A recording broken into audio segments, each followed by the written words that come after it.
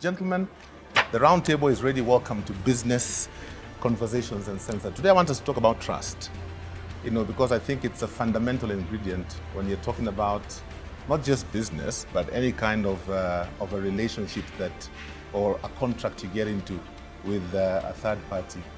So let's begin there. First of all, what is trust? Let's begin with the basics, because sometimes you may think you understand what trust is, but we have different inclinations.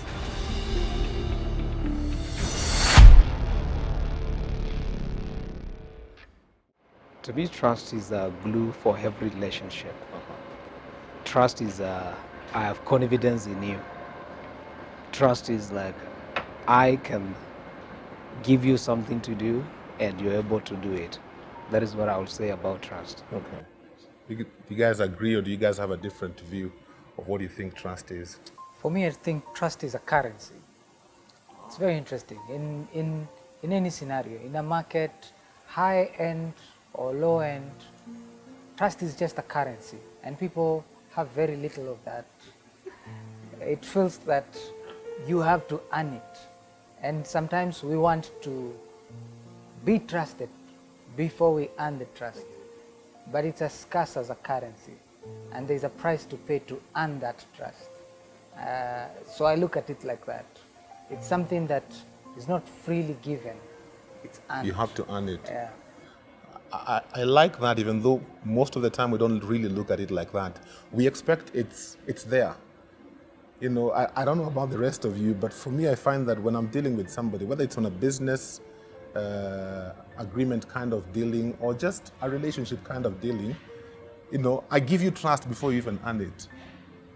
And I think sometimes that is why we end up being conned, or we end up being hurt. I don't know, what you think? Trust is it's a very fundamental part of any relationship.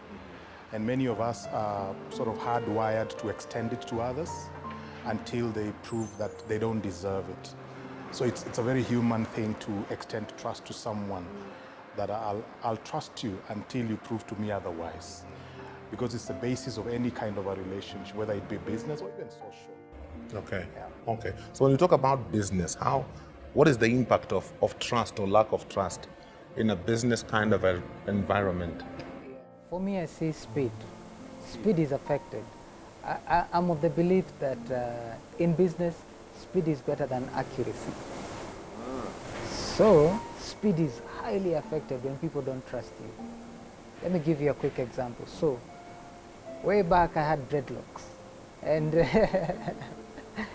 so I could speak with people on the phone, and we were getting along until we met. So we were okay, it works, that's what I want, that's what. Then one day I went to this office and I went in. So there was a lady who was slightly senior in age. So at the reception she was told, SK is here.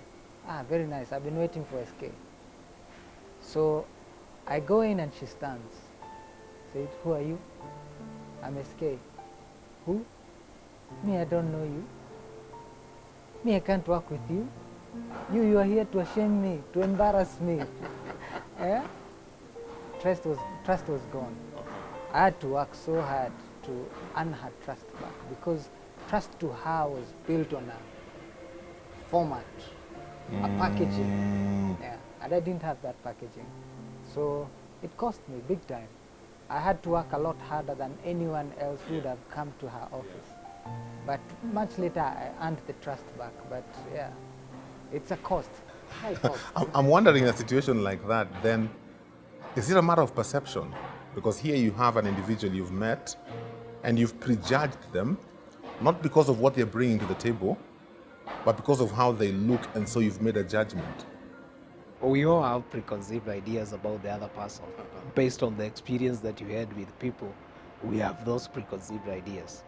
And one of the things that we need to know when it comes to business, trust is very important, because business is, people are involved. Anywhere people are involved, there are relationships. And the glue that holds those relationships together is the thing we are calling trust. So, as you said, you can either lose it or you can gain it. And it takes time for you now to develop this trust. But it will take only 1 minute for you to strip it down. Okay, this is somebody you've had a conversation with on the phone, yeah? There must have been a reason why they know the name SK. It's attached to something for them to have been waiting. I've been waiting for SK. Then SK walks in, but now because of how he looks, I don't know you. You want to shame me. You know, what for me, I'm trying to figure out what is happening here, that before I met you, I had this preconceived idea of what I think you are. Yeah? And also, I must have interacted with some fruit that you have presented. Otherwise, why are we meeting in the first place? There must have been something that you displayed that attracted me. But now I see you, and that doesn't make sense anymore because of how you look. Why the disconnect? I think the example that he has given about this lady who met him, today it's much more common because of social media. People are using social media even for dating. So you meet this virtual person, they describe themselves, and you read the profile and you think this is someone I'm looking to date and this is someone I could meet. But then you have an idea of who this person is until you meet them, and then now it's either it becomes a confirmation of the idea you had of who the person would be, or it becomes a shock that this is not what I imagined the person would be like, whether it is their character or just the way they look. So perception is a strong part of the way we build trust with other people. There's a perception, then the reality is when you meet the person, and maybe as they begin to communicate with you, either they confirm your worst fears, or you realize that it's actually what I thought and more. Perception is a strong part, and they say everything matters. And we are creatures of first impression. You see someone, and we create an impression based on the way they present themselves. First, we see how they are dressed. We are very visual. Yes. And then thereafter, we wait to hear what they will say, either to confirm or to dispute what you've already thought about them. I think then that brings in a very interesting scenario, because when I look at a lot of the now generation, presentation is neither here nor there. They're not like our generation who are still stuck in suits, and there's a particular kind of hairstyle you must have, and that kind of thing. So does that then have a place when we are talking about business and I'm meeting somebody to conduct business with them? Can my presentation affect the deal? I think there's a bias in the market, and there are different kinds of biases. Number one is a class bias. Number two is an age bias. And number three is a packaging bias. So the age and the packaging bias is very controversial, because there are people who would be happy to do business, but the narrative they received is from the point of the longer you have been around, the wiser you are. As opposed to the true conversation, which ought to be, value is something that is built upon and acquired. And therefore it's universal. Anyone can acquire value, either through reading, through mentorship, coaching, all these things. The packaging one is also an interesting one, because we apparently are not Silicon Valley. We are not yet there. We are not yet there. Yeah. But as well, it's been the narrative of success has been given an imagery. This is how success looks like. This is how success works. This is how. Is it true? It's probably a myth. Should it be busted? Yes, probably it's time for it to be busted. But is it a hurting reality? It is. I remember a video I once watched on social media of this homeless guy with a child. And he's trying to stop people, telling them, oh, my child is sick, I don't have any money, can you help me with money for medicine? And nobody gave him the time of day.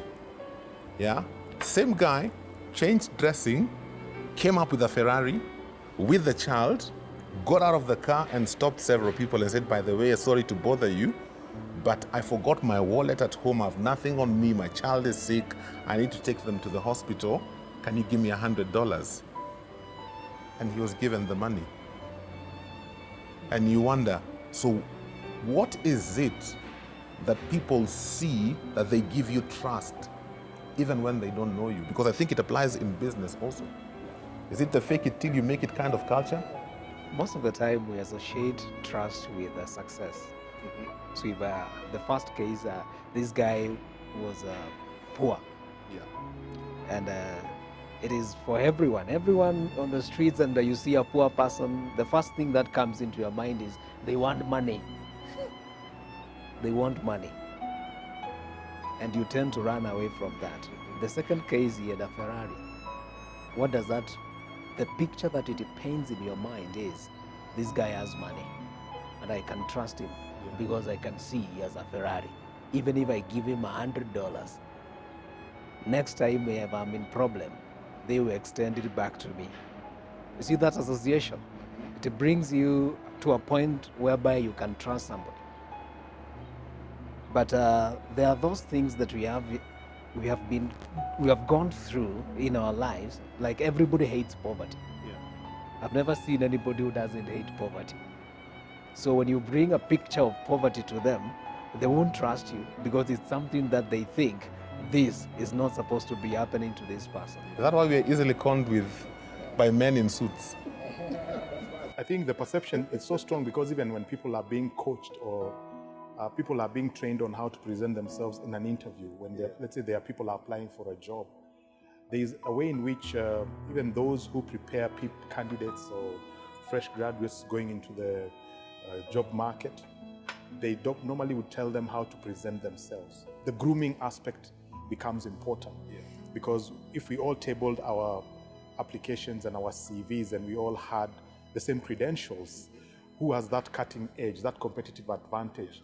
Because the panelists who are interviewing you are very visual, and they will make judgment over and above what your credentials are on how you present yourself, and therefore grooming becomes part of it.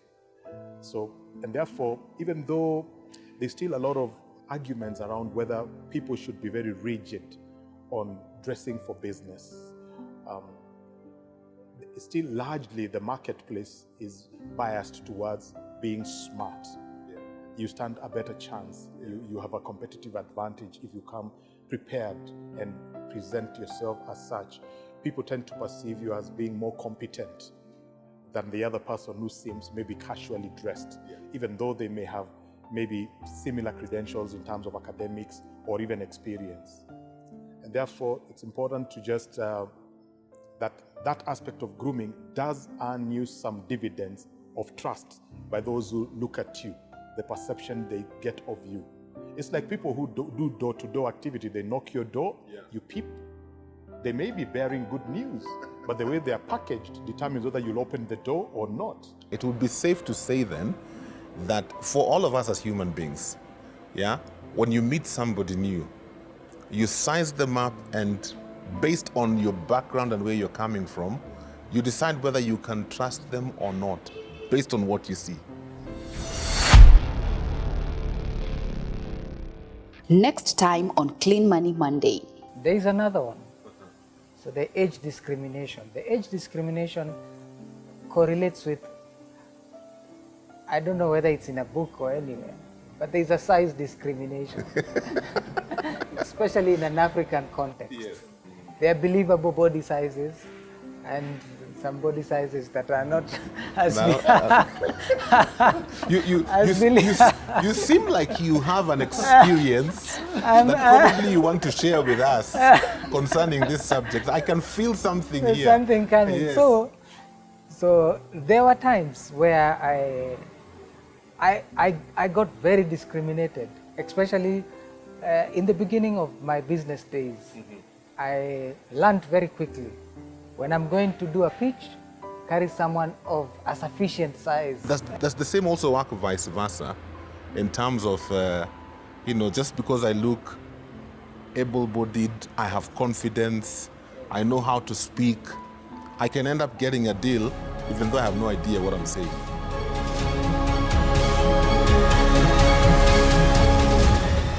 This is Clean Money TV.